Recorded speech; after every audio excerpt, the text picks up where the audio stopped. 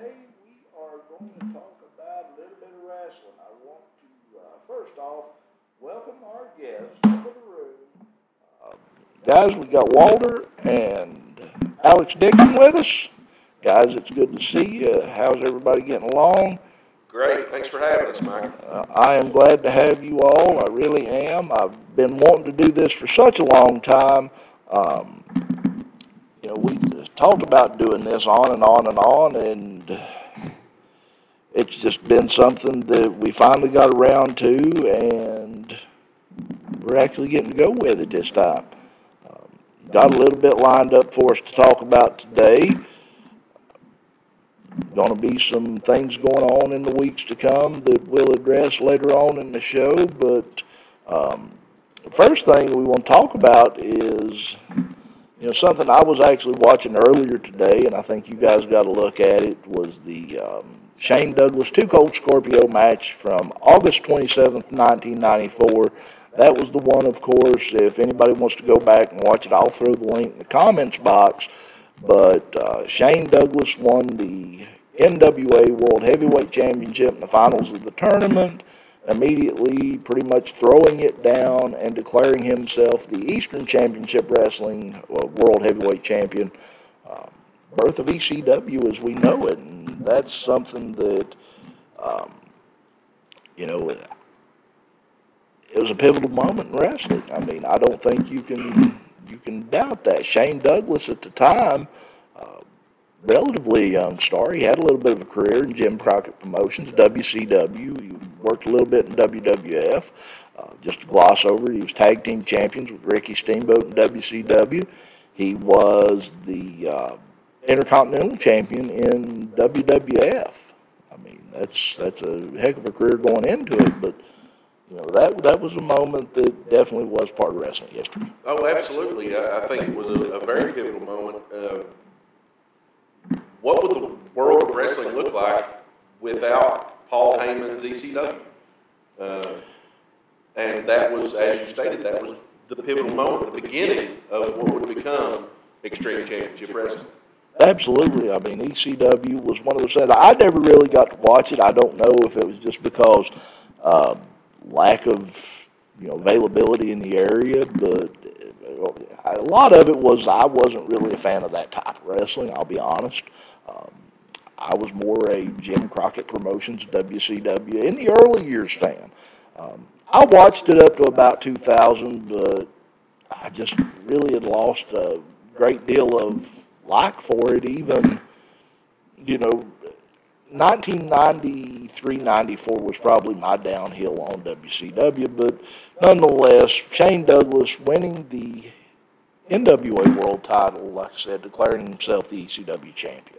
And I think that was a great match. For everybody that goes back and watches it, you'll understand both of those guys, 2 Cold Scorpio and Shane Douglas himself, both very underrated, both excellent in-ring competitors, and both showing very, very good skill on the mic at the end of that match. So they're, again, both very underrated. As we were watching it earlier, the first thing that comes to mind with 2 Cold Scorpio is he was sort of that originator of the style that a Seth Rollins or someone comes with today. Big enough that they look like they're capable of being physical, but also able to go up top for the high-risk maneuver. Absolutely. I mean, 2 Cold Scorpio, definitely not a slouch. And we'll talk more about Shane Douglas later on in the show. But let's go ahead, while we're doing this, we'll go ahead and play a look back with Mike Trivia. Today's question: on March 15th, 1956 in Toronto, Canada, who beat Lou Thez to capture the NWA World Heavyweight Championship? We will have the answer for that later on in the show. Guys, if you would like to send a question to a Look Back with Mike to have it asked on the show, you can do so at albwMike. We are on Facebook, Twitter, YouTube, Instagram, you name it. We probably got a social media account out there. And if not, let me know and I'll get one out there. But, it's one of those things. Another match that we actually watched was at another underrated talent, Wildfire Tommy Rich versus Harley Race. You know, Tommy Rich come out of that the victor, but he only held that NWA title for 4 days. I think, you know, Tommy Rich really, the competitor that he was, he deserved a better push with the NWA World Heavyweight Championship. Unfortunately, that never happened. He did go on to hold the 6-man titles in WCW with, if I'm not mistaken, and please somebody throw a rock at me, Richard Morton and Terry Taylor and the York Foundation. Of course, Richard Morton, Ricky Morton, and, you know, but he held regional championships, but that one NWA title run really was about, you know, the highlight of his career, and, you know, sad to say, it was only a 4-day run. And, you know, I would be remiss if I didn't state that Tommy Rich is the same category as Too Cold Scorpio and Shane Douglas.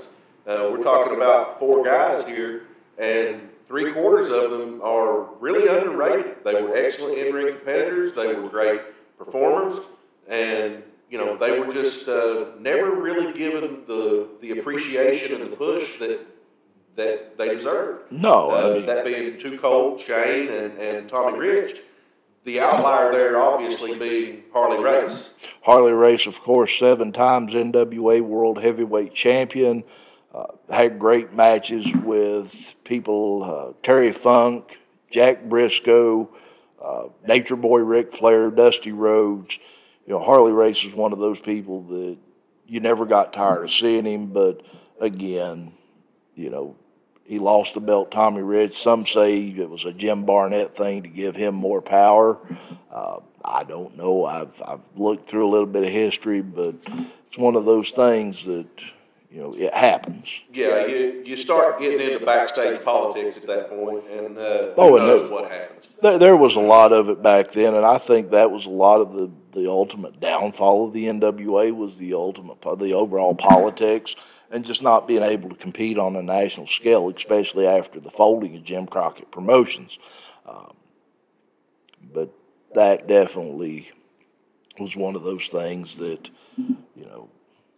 Yeah, and look, we know that Harley Race was intimately involved in that company over the years, and you know, who's to say that you know, rumors run amok, right? Well, absolutely. I mean, that's one of those things that there's rumors. That's why we do big announcements, and we'll have one later on in the show.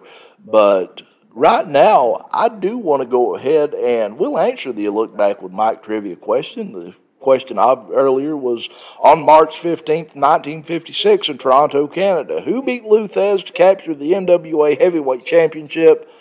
The answer to that question, Whipper Billy Watson.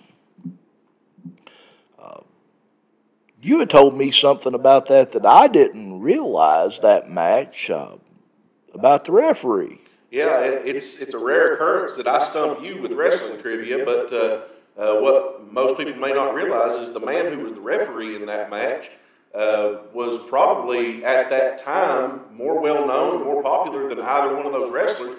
That's saying a lot because Lou Thez was a big name. But the referee in that match was none other than boxing champion Jack Dempsey. I'll be dogged. I did not realize that it was indeed Jack Dempsey, but you are correct. It was.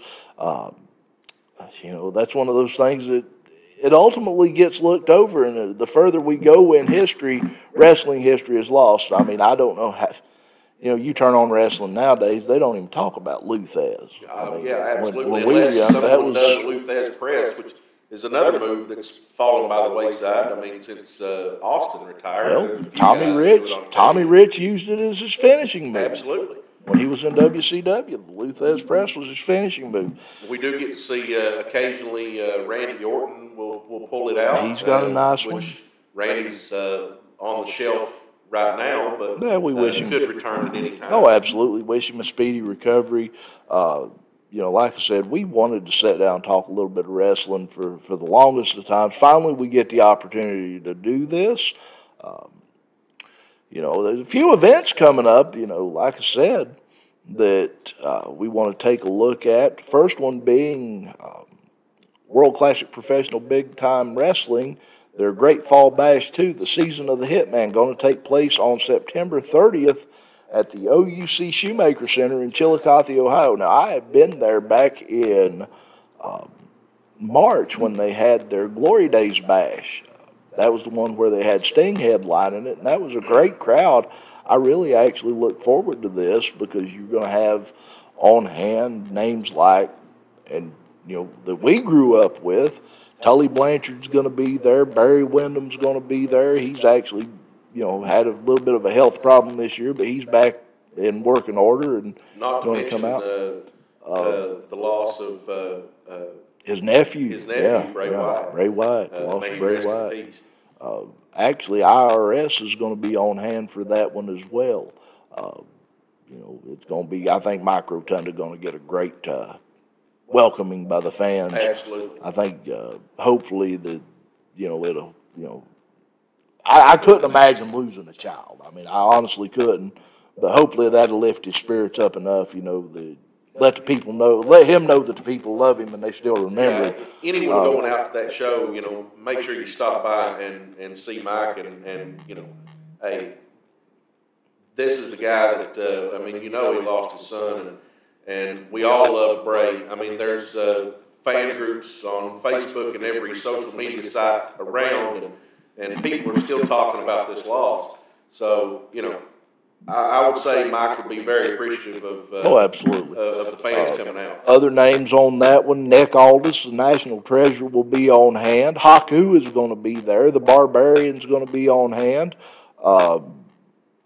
Mickey James will be there. Gangrel will be there. Jimmy Garvin. NWA champion Ronnie Garvin will be there.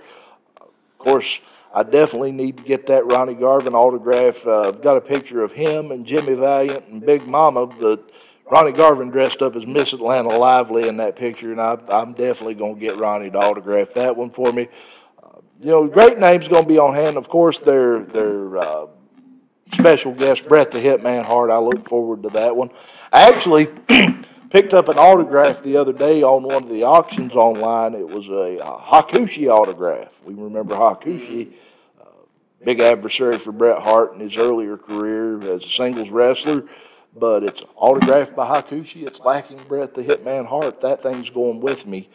But, OUC Shoemaker Center, September 30th, Chillicothe, Ohio. World Classic Professional Big Time Wrestling. Bobby Fulton, Dylan Hines putting that one on. And I can promise you right now that given the last one, it is something to be watching, be in attendance for. Bluegrass Wrestling Convention number 5, and that, like I said, is the Boyd County Community Center. Names on hand for that one: the Neon Blondes, Facade, and Danny Moe.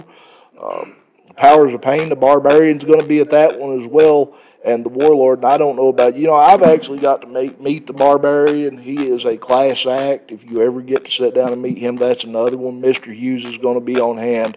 Jimmy the Mouth of the South Heart, Moose from Impact Wrestling will be on hand for that. Tommy Rich is going to be at that one, so there's going to be another opportunity to meet Tommy Rich. Axe and Smash of Demolition. Shane Douglas will be on hand for that one. Ron Simmons, Mark Henry, Baby Doll will be there. The list goes on and on. Dr. Tom Pritchard's coming to that one. Get out, check that one out. That one starts at 12 o'clock, October the 7th, the meet and greet.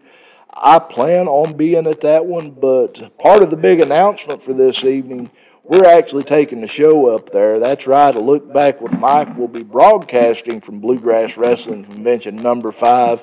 Going to be around the fans. I really hope that everybody has a good time, comes out and shares some wrestling memories, and I really do look forward to that. I want to thank Earl and the people at Time Warp for allowing me the opportunity to come up and sit in and be part of that show. Going to have some great wrestling matches after that. Bell time at 4 o'clock. They're going to have Appalachian Championship Wrestling and FTC Wrestling. The Art of Grappling going to put on a wrestling clinic, if you will, after that. General admission tickets $20. You get 2 tickets for $30. As always, you know, it's a great opportunity to bring the kids out and introduce them to professional wrestling. And also, like I say, just a good time to be around people and share good memories.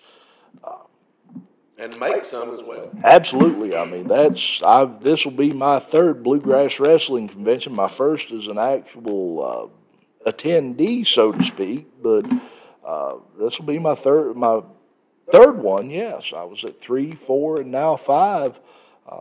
They never disappoint. I can promise you that right now. You will not be disappointed to come to one. A great opportunity to meet the legends of professional wrestling.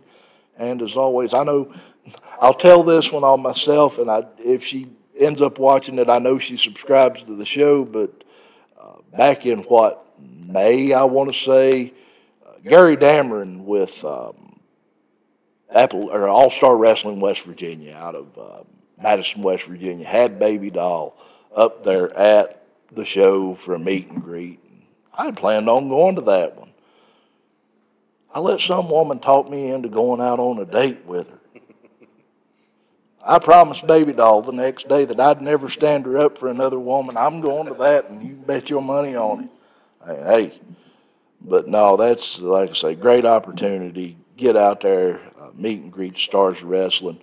Later that evening in Betsy Lane, Kentucky, the Betsy Lane football program is going to have Wildfire Championship Wrestling, and go ahead. Okay. Yeah, we've got on the card that night is Tommy Wildfire Rich and Richie Rich versus the Russians. We've got the Wildfire Smoky Mountain Championship defended by Kenny France versus a mystery opponent. The Wildfire Heavyweight Championship defended by Nick Hamrick versus a mystery opponent there. Got the Wildfire Junior Heavyweight Championship defended by Corey Sparks versus Colby Carmichael. Mr. Hughes from WWF and ECW fame will be there for a meet and greet. Also going to have the Fiji Wildman with Lady Inferno in action. And then, of course, the big match there. You want to talk about that one? That's right. The human horror movie Adam Newsom, Floyd County's own, Floyd County native Sunride, going to be taking on ECW legend, former NWA World Heavyweight Champion, the franchise Shane Douglas. That is going to be a classic. That'll be a banger, a barn burner, if you will. We talked about Shane Douglas earlier, that match with Too Cold Scorpio. The guy is he's a force to be reckoned with. He's a great in-ring talent. That's right, but Adam Newsom's no slouch either. I mean, he reminds you of a Rick Rude type wrestling superstar. I mean, he's got that power. He's got the strength. And I'll tell you, I have personally witnessed Adam Newsom in the ring when he was training at Mayfield's boxing gym. May he rest in peace. Yeah, Mayfield Pennington. Adam Newsom is no slouch. If Shane Douglas thinks he's going to come over here and walk over a native son like Adam Newsom, he's got another thing coming. Adam Newsom is no pushover. You know, Shane may have his work cut out for him, but Adam can't overlook Shane either. I mean, that's a situation and a half. Shane's still in pretty good shape. Not to mention, he's got the wisdom. He's got the experience. He's been in the ring with some legends over his time. Yeah, a guy that, his belly-to-belly suplex was taught, given to him by Magnum. Yeah. So, and he spent time in the ring with the likes of Ricky Steamboat, and, he's no slouch. Absolutely. Definitely no pushover himself. That is going to be a definite great match, I can already tell you. But the other part of the big announcement, I was sitting at the house the other night and got a message from Wildfire Championship Wrestling. The great people there have invited me to do color commentary and broadcast the show. Also, who do I think of before I do anything else? That I need somebody, a partner in the booth. ask you to do it. You're on board for it. We're going to bring Alex along with us, and you know it's going to be a great time. I really look forward to it.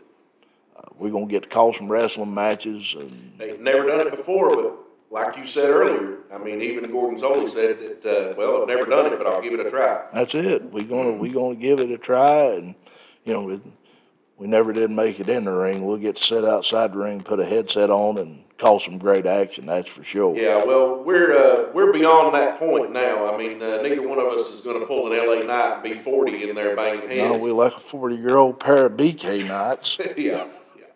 But no, I mean, that's something I really look forward to. I do definitely want to thank the people at Wildfire Championship Wrestling. I'll get it out here in a minute for having the faith and confidence in us to do this.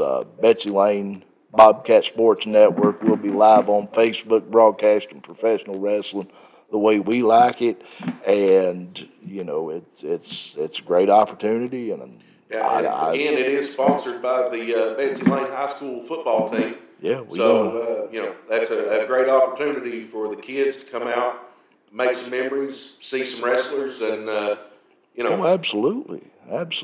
It's a great time, and you know, people want to figure out a way they can give back to their community. Right here's a way to do it. Support your local high school. You know, it's a great thing that you have people that bring professional wrestling to Eastern Kentucky, but not only one NWA champion on the card, but two NWA champions on the card. It's the first time that I can remember in a long time we've ever had that in Eastern Kentucky, especially in Floyd County. But again, great show, great opportunity. We'll be calling the action and hope to see everybody out there.